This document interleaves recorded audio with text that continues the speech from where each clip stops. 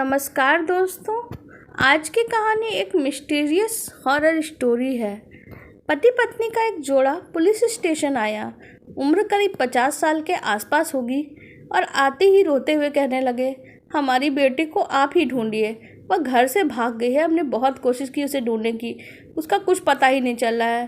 तब तक इंस्पेक्टर रवि ने कहा, उम्र कितनी होगी उसकी? पति पत्नी ने कहा, यही कोई 22 साल। इंस्पेक्टर थोड़ा हैरानी से देखता है।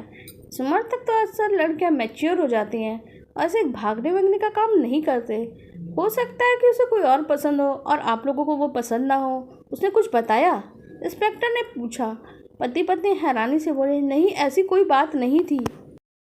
हाँ, उसकी शादी हम लोग तय जरूर कर रहे थे। हम लोगों ने कई जगह बात चलाई थी और ना ही शादी फाइनल हुई थी, ना ही ऐसा कोई कारण है कि वो हमें बिना बताए भाग जाए।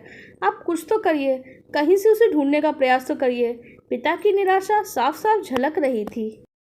आप लोग उसकी ज़बरदस्ती शादी कर रहे थे या फिर शायद उसे अभी शादी ही ना करना हो और उसके बगैर मर्जी के शादी आपने तय कर दी होगी, इसलिए भाग गई होगी। वैसे भी बालिग है, हम इतनी जल्दी कार्रवाई नहीं कर सकते।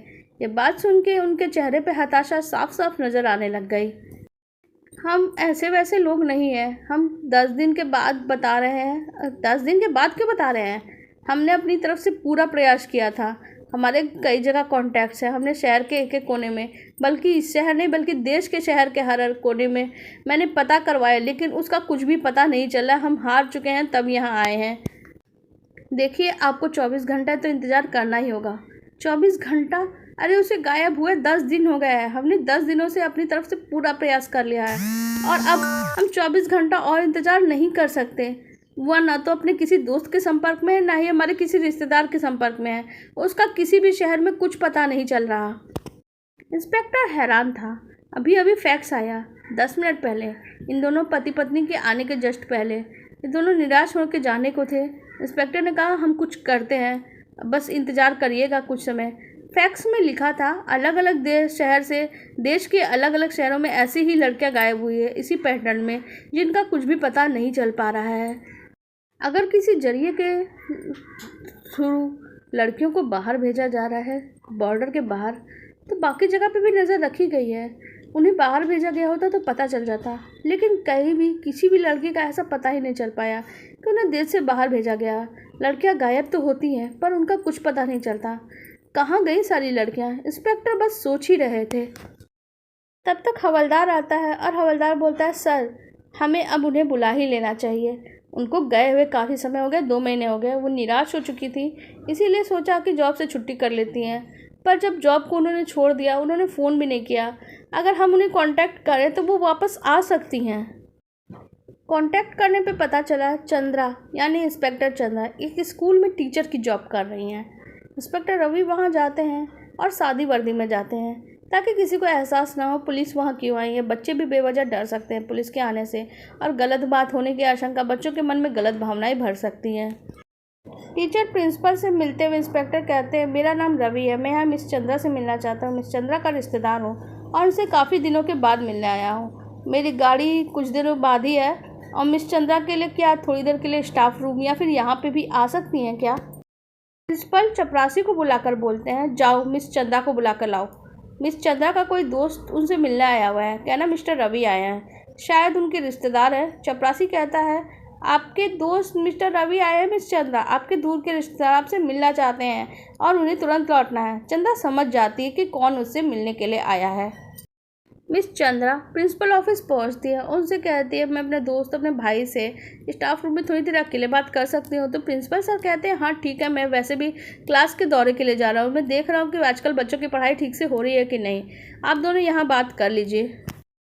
प्रिंसिपल के जाते ही चंद्रा ऑफिस का दरवाज़ा सटाते हुए इंस्पेक्टर रवि से कहती है, मिसेस चंद्रा नहीं, इंस्पेक्टर चंद्रा मैम, प्लीज़ आप ये जॉब छोड़ दीजिए। ये जॉब छोड़ के आप अपने डिपार्टमेंट में वापस आ जाइए ना, क्योंकि एक ऐसा केस है शायद जो आपके बगैर सॉल्व हो ही नहीं सकता। पहले तो चंद्रा मना करने लगती है, क्योंकि उनके दिल में इस बात का दुख था कि वो अपनी दोस्त को न्याय नहीं दिला पाई, ना ही दोस्त का कुछ पता चल पाया। 3 महीने पहले उनकी दोस्त एक अनजान जगह घूमने गई और वहाँ से गायब हो गई। लापता होने के बाद भी उसका कुछ पता नहीं चला। इंस्पेक्टर चंद्रा उसे ढूंढ नहीं पाई और इस बात का दर्द उनके दिल में अभी तक बचा ही था। पर ऑफिसर चंद्रा ने जब ये बात सुनी कि शहर से अकेले 5-5 लड़कियां गायब हो चुकी हैं और लेटेस्ट केस कल आया है जिसमें अलग अलग शहरों से करीब 15-20 लड़कियां गायब हो चुकी हैं, वो भी सेम पैटर्न में। उन लड़कियों का भी कुछ पता नहीं चल पा रहा है, जैसे उसकी दोस्त का भी कुछ पता नहीं चला था। चंद्रा केस को हैंडल करने का फैसला करती है और कहती है मैं अपने माता पिता के घर जा रही हूँ कुछ दिनों के लिए। अपने माता पिता के घर पहुँचती है। चंद्रा को देखने एक लड़का भी आया हुआ था। चंद्रा उसे देखते ही पसंद कर लेती है। चंद्रा को भी वो पसंद आ जाता है और पता नहीं क्यों जहाँ चंद्रा को केस सॉल्व करना था वो उसे देखते ही हाँ कह देती है। इस बीच इंस्पेक्टर चंद्रा कई तरीकों से जांच कर रही है और इसी बीच में से कुछ बातों का पता चलता है और इसी बीच उसकी शादी तय हो जाती है। चंद्रा की शादी तय हुई है। दहेज के लिए बहुत सारे पैसे जुटाए जा रहे हैं। चंद्रा इस बात के विरोध में थी, फिर भी उसके माता पिता उसके लिए बहुत सारे गहने भी ले लेते हैं। चंद्रा उन गहनों को देखती हुए बोलती है माँ मुझे अभी शादी नहीं करनी थी, आपने शादी तय कर दी, इतने सारे गहने भी ले लिए, मोटी रकम घर में रखा है, मैं इसे लेके बैंक में जमा करने जा रही हूँ। चंद्रा कैश और गहने लेके बाहर निकलती है। तब तक चंद्रा की माँ फ़ोन करती हैं पर फ़ोन तो चंद्रा का स्विच ऑफ बताने लग गया। चंद्रा वहाँ से गायब हो चुकी थी। वहाँ पे पुलिस पहुँचती है। पुलिस उसके माता पिता को देखती है और फिर उन्हें देखते हुए बोलती है आपने बहुत अच्छा काम किया, ऐसी ही एक्टिंग करते रहिए। चंद्रा अपने केस में आगे बढ़ चुकी है। वो यहाँ से गायब नहीं हुई है बल्कि हर पल की लोकेशन हमें उनकी मिल रही है। अब हमें जल्दी ही पता चल जाएगा कि वो कौन है और वो कहाँ पे है।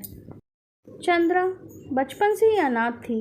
वो उसके माता पिता नहीं थे बल्कि उसके माता पिता तो एक एक्सीडेंट में पहले ही मर चुके थे।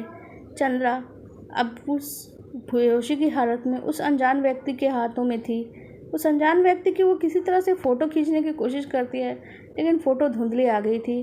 किसी तरह से वो अपना लोकेशन और वो फ़ोटो पुलिस इंस्पेक्टर रवि को भेज देती है लेकिन लोकेशन वो ज़्यादा देर तक नहीं भेज पाएगी। वो उसे इस बात का एहसास हो रहा था।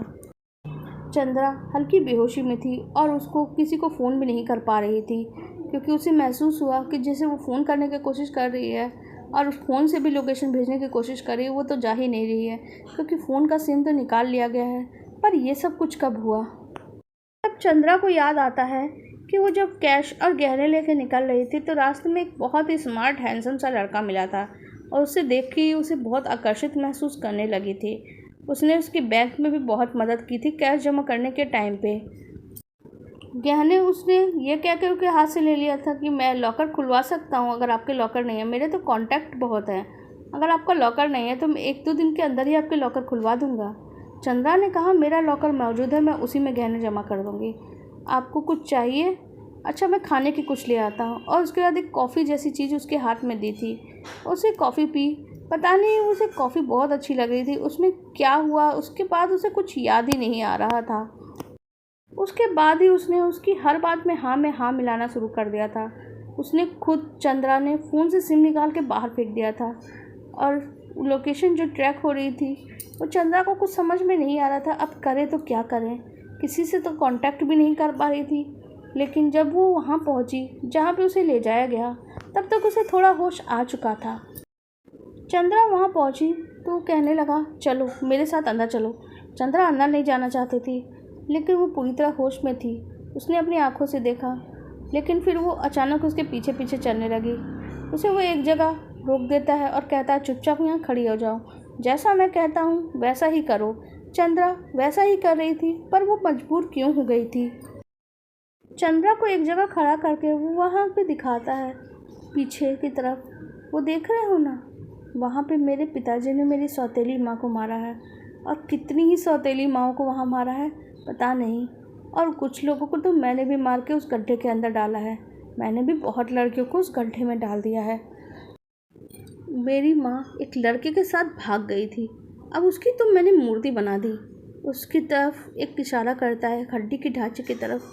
चंद्रा उसे देखती है, उसका दिल दहल जाता है क्योंकि कमरे में सिर्फ एक हड्डी का ढांचा नहीं था बल्कि इतने सारे हड्डी के ढांचे थे कि वो सोच भी नहीं सकती थी।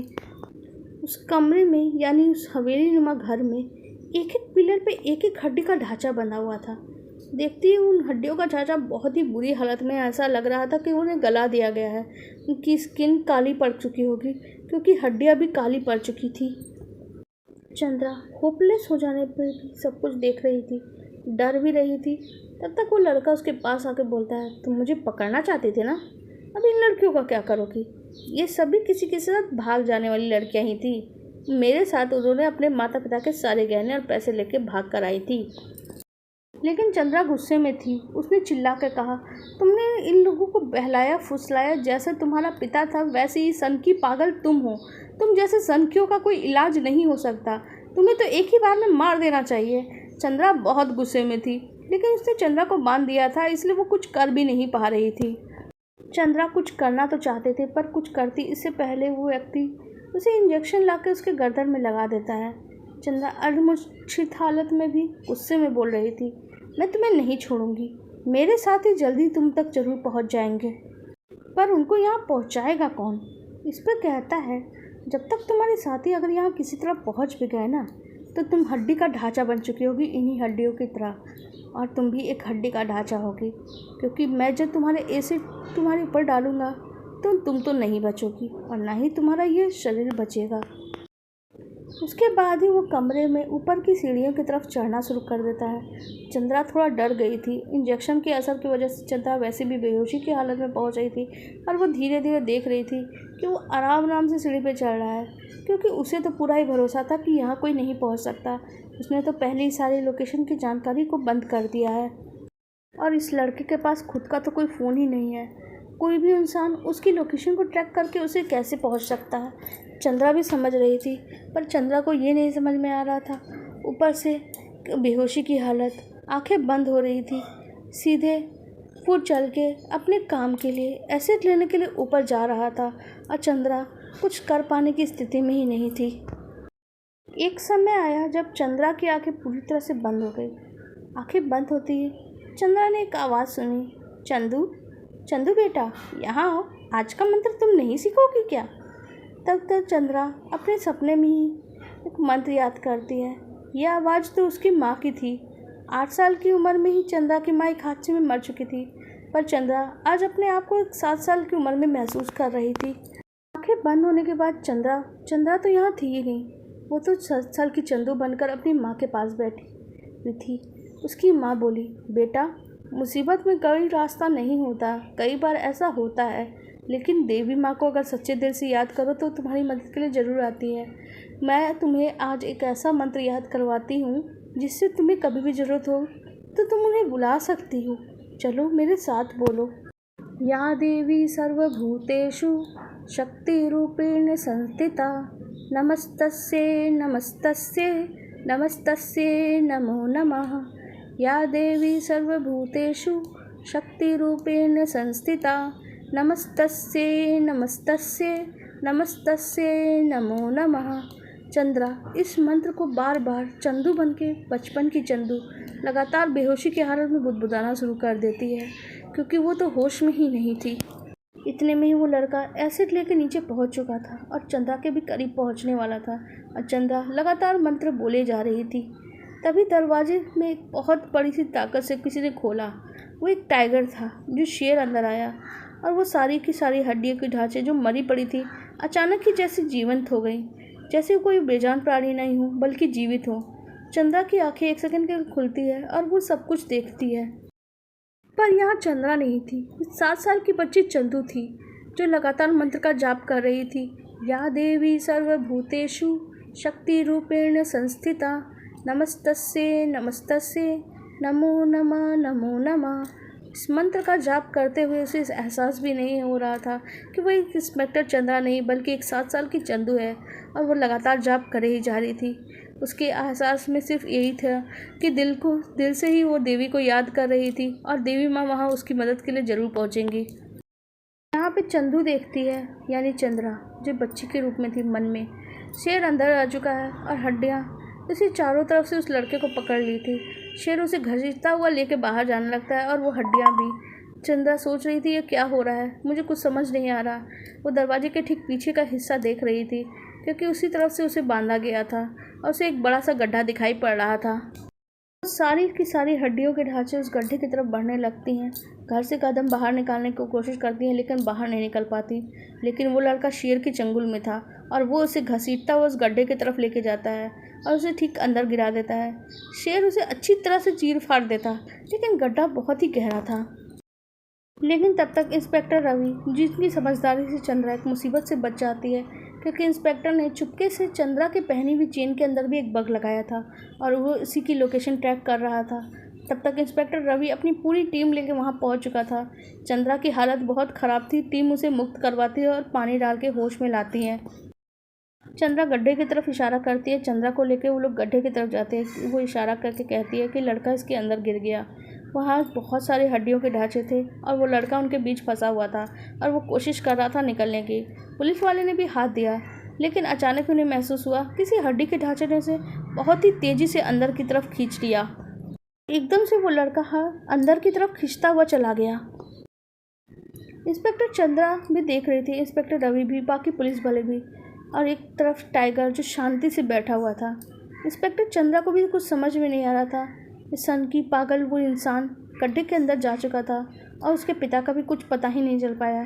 कमरे में बहुत सारी लाशें पड़ी हुई थी जो हड्डियों के रूप में थी। चंद्रा का जीवन तो सिर्फ इंस्पेक्टर की समझदारी से बचा था और चंद्रा की बहादुरी से भी।